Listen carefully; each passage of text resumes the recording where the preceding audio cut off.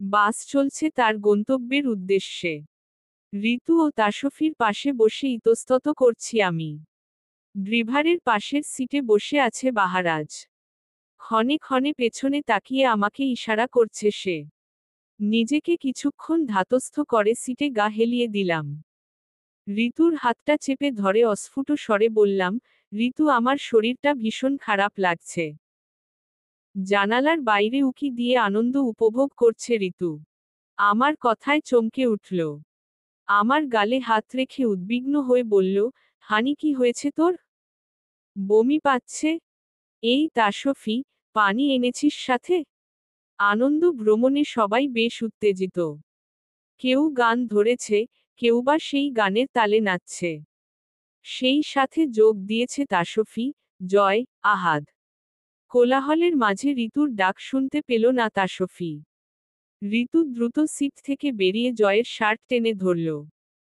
ও পেছনে তাকিয়ে বলল, দোস্ত থামাস না প্লিজ, প্রথমবার ভার্সিটি থেকে যাচ্ছি। আনন্দ তিনগুণ বেড়ে গেছে। রাখো তোর আনন্দ। হানি এই কোলাহল সহ্য করতে না পেরে অসুস্থ হয়ে পড়েছে। কি বলছিস? আহাদ, তাসফি এদিকে আয় তোরা। ওরা ছুটে এসে আমাকে ঘিরে ধরল। ওদের সাথে এমন অভিনয় করতে আমার হৃদয়টা ভেঙে যাচ্ছিল। আপনা আপনি চোখ থেকে ঝরে পড়ল অশ্রু। আহাদ চমকে উঠে বলল, এই হানি, কোথায় কষ্ট হচ্ছে তোর? আমাকে বল। কাঁদিস না প্লিজ। তাসফি উপর থেকে তার পার্স ব্যাগটা নামিয়ে পানির বোতল বের করল। ছিপি খুলে পানি হাতে নিয়ে চোখ মুখে ছিটিয়ে দিল। মুখের কাছে নিতেই এক ঢোক পান করলাম। বাহারাজ মুহূর্তেই সেখানে হাজির হল। উদ্বিগ্ন গলায় সবাইকে বলল, এখানে একজন অসুস্থ হয়ে পড়েছে। তোমরা থামো।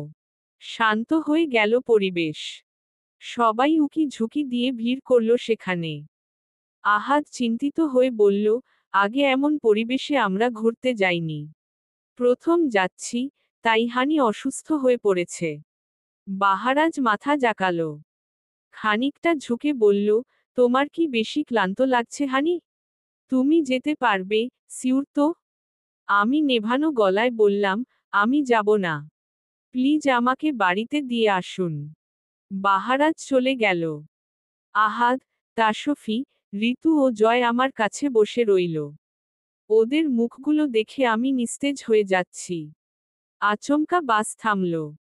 বাহারাজ আমাদের কাছে এসে বলল, হানি অসুস্থ। ওকে নিয়ে গেলে আরো অসুস্থ হয়ে যেতে পারে।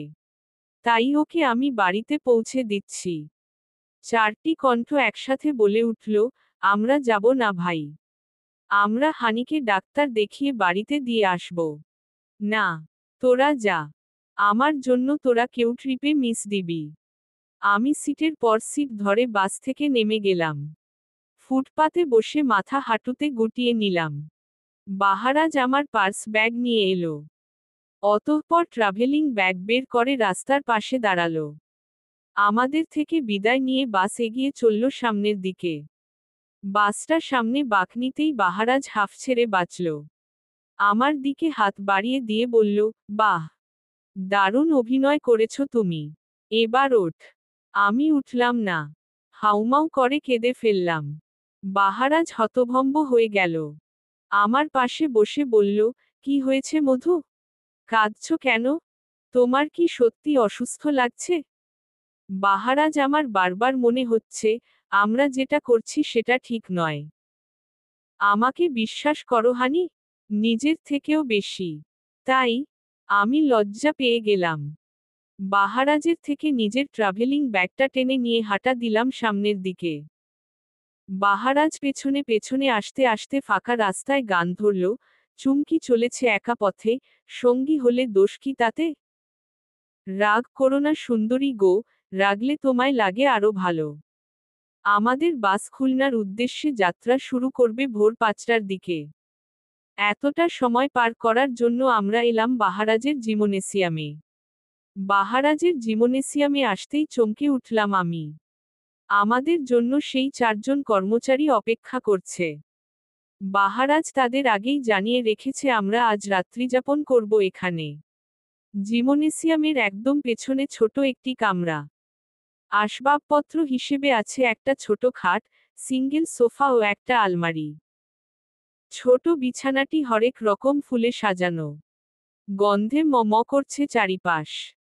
বাহারাজ ভ্রু কুঁচকে সবার দিকে চেয়ে বলল, এসব কি? শফিক ভাই হেসে বলল, আপনাদের বিয়ে হয়েছে বসো। বাসর তো হয়নি। তাই আমাদের তরফ থেকে এই সামান্য আয়োজন। বাহারাজ হালকা হাসল। কপালের কাছে আঙুল দিয়ে স্লাইড করে বলল, আমি তো চেয়েছিলাম বাসরটা টুরে গিয়েই সারব। তোমরা দেখছি আমাকে অটল থাকতে দিচ্ছ না। পারুল আপা হেসে বলল, বসো, এখানে বাসর না করলে ওখানে হানিমুন করবেন কিভাবে? বাহারাজ চোখ চোখ টিপে বলল, হানি হবে নাকি? আমি লজ্জায় মাথা তুলতে পারলাম না। বাহারাজ হেসে ওয়ালেট বের করল। কিছুটা টাকা আলগোছে ধরিয়ে এলো শফিক ভাইয়ের হাতে। প্রসন্ন কণ্ঠে বলল, আমাদের প্রথম রাতটাকে স্পেশাল করার জন্য তোমাদের সবাইকে ধন্যবাদ। এটা তোমাদের বকশিস। রাত গভীর হওয়ার কারণে সবাই বিদায় নিয়ে চলে গেল। এত বড় জিমনেসিয়ামে মধ্যে আমরা দুজন রয়ে গেলাম কেবল। ফুলে সজ্জিত বিছানার দিকে তাকিয়ে সিঙ্গেল সোফায় বসলাম। বাহারাজ দরজা বন্ধ করে ফিরে এলো টিফিন ক্যারিয়ার নিয়ে। মেঝেতে রেখে বলল, এসে রাতের খাবার খেয়ে নাও। কাল সকাল সকাল বের হতে হবে। বাহারাজ বিছানায় আসন পেতে বসে। আমি ইতস্তত করছি সেই বিছানার দিকে এগিয়ে যেতে। বাহারাজ ততক্ষণে টিফিন ক্যারিয়ার থেকে বাটিগুলো আলাদা করেছে। ভাতের সাথে পটল ভাজি ও মুরগির মাংস ভুনা। আমাকে নড়তে না দেখে বলল, কি হলো, বসে আছো কেন? বাইরে থেকে এলাম। হাতমুখ ধুবো না? আপনি আমার সাথে আসুন। তোমাকে নিজের হাতে খেতে হবে না। আমি খাইয়ে দিচ্ছি। এখানে এসো। বলেই বাহারাজ বাটি তুমি নিল। আমি গুটি গুটি পায়ে তার পাশে বসলাম। বাহারাজ লোকমা তুলে দিয়ে বলল, সবার চোখের আড়ালে তোমার জন্য রান্না করে নিয়ে এসেছি। ভাজিটাতে কাঁচা মরিচ বেশি হওয়াতে ঝাল লাগছে। আমি ঠোঁট কামড়ে নিজেকে সংযত করে বললাম, আপনি রাঁধতে পারেন? ইউটিউব থেকে ভিডিও দেখে রান্না করেছি। কেমন হয়েছে? ভালো হয়েছে। আপনি আবার কষ্ট করতে গেলেন কেন? কারণ তুমি কষ্ট করে রান্না করে আনোনি, তাই। শর্ত ছিল, আমাকে একদিন রান্না করে খাওয়াবে। কবে খাওয়াবে শুনি? ফিরে এসে খাওয়াব। ভাজির পর মুরগির মাংস দিয়ে লোকমা তুলে দিল। মনে হলো, মরিচের গুঁড়া সব ঢেলে দিয়েছে তরকারিতে।